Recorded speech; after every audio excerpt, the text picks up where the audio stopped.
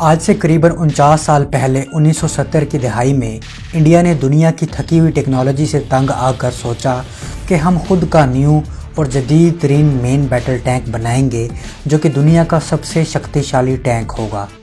इस टैंक को अर्जुन का नाम दिया गया। इस शक्तिशाली टैंक को बनाने के लिए इंडिया के साइंसदान और इंजीनियर्स सर जोड़कर बैठ गए और 37 साल तक सर जोड़कर ही बैठे रहे। 37 साल बाद जो टैंक वजूद में आया उसे देखकर इंडियन आर्मी सर पकड़कर बैठ गई। गाइस, ये वो टैंक है जिसे खुद इंडियन आर्मी पसंद नहीं करती। इंडिया ने 1972 में इस टैंक को बनाने का सोचा था, जबकि इसका डिज़ाइन मार्च 1974 में फाइनल हुआ और इंडिया का ख्याल था कि 1985 तक ये टैंक डेवलप होकर इंडियन आर्मी में खेलता कूदता और दौड़ता नजर आएगा। लेकिन उन इंजीनियर्स के बच्चों के बच्चे हो गए जिन्होंने ये प्रोजेक्ट शुरू किया था, लेकिन अर्जुन साहब नहीं आए। 2004 में जाकर ये टैंक प्रोड्यूस होना शुरू हुए और 2009 में इंडियन आर्मी में शामिल हुए। इस टैंक के टेस्ट में खामियों के बाद भी इंडियन आर्मी को ज़बरदस्ती इसे खरीदने पर मजबूर किया गया और 124 MK1 Arjun tanks Indian army को बेचे गए और ये ऑर्डर 2015 में मुकम्मल हुए। इस ऑर्डर के मुकम्मल होते ही इंडियन आर्मी को एक और कड़वा घूंट भरना पड़ा, वो ये कि अर्जुन का दूसरा वेरिएंट MK2 का ऑर्डर भी देना पड़ा। गाइस, इस वीडियो में हम जानेंगे कि क्यों दुनिया का शक्तिशाली टैंक दुनिया के बदतरीन टैंक्स में शुमार होने लगा।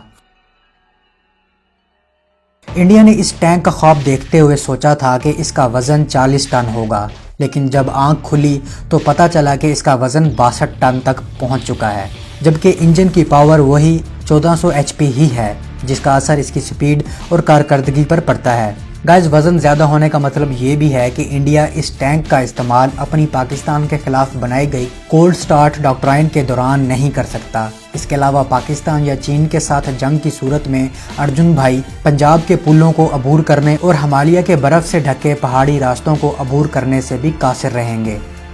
और मज़े की बात यह है कि इंडियन इस टैंक को रशियन T-90 टैंक से कंपेयर करते हैं, जिसका वज़न 46 टन है। याद रहे, अर्जुन MK1 का वज़न 62 टन है, जबकि इसके बड़े भाई अर्जुन MK2 का वज़न 68 टन है।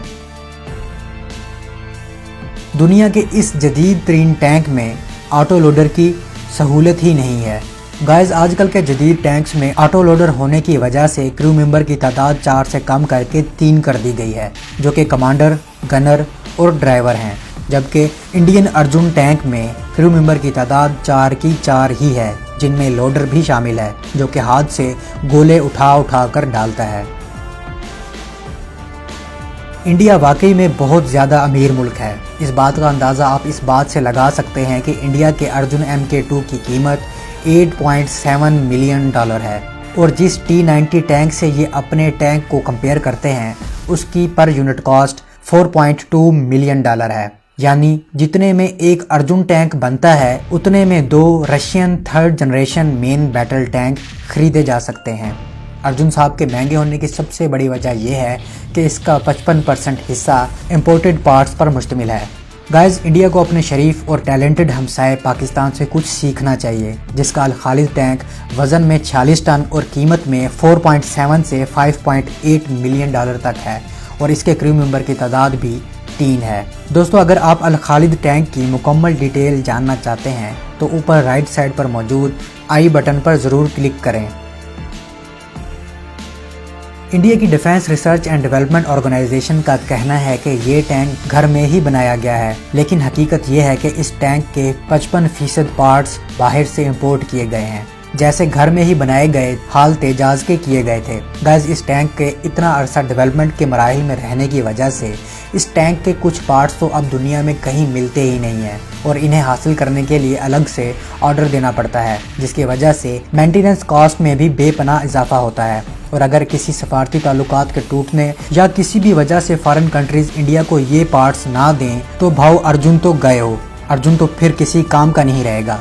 गाइस, ये तो थी इस टैंक की अहम और बड़ी खूबियाँ, जो कि शायद ही आज की जदीद दुनिया में किसी मुल्क के किसी टैंक के पास होंगी। इसके अलावा इस टैंक की फायर पावर और प्रोटेक्शन और दूसरी टेक्निकल चीज़ों पर भी सवाल उठते हैं।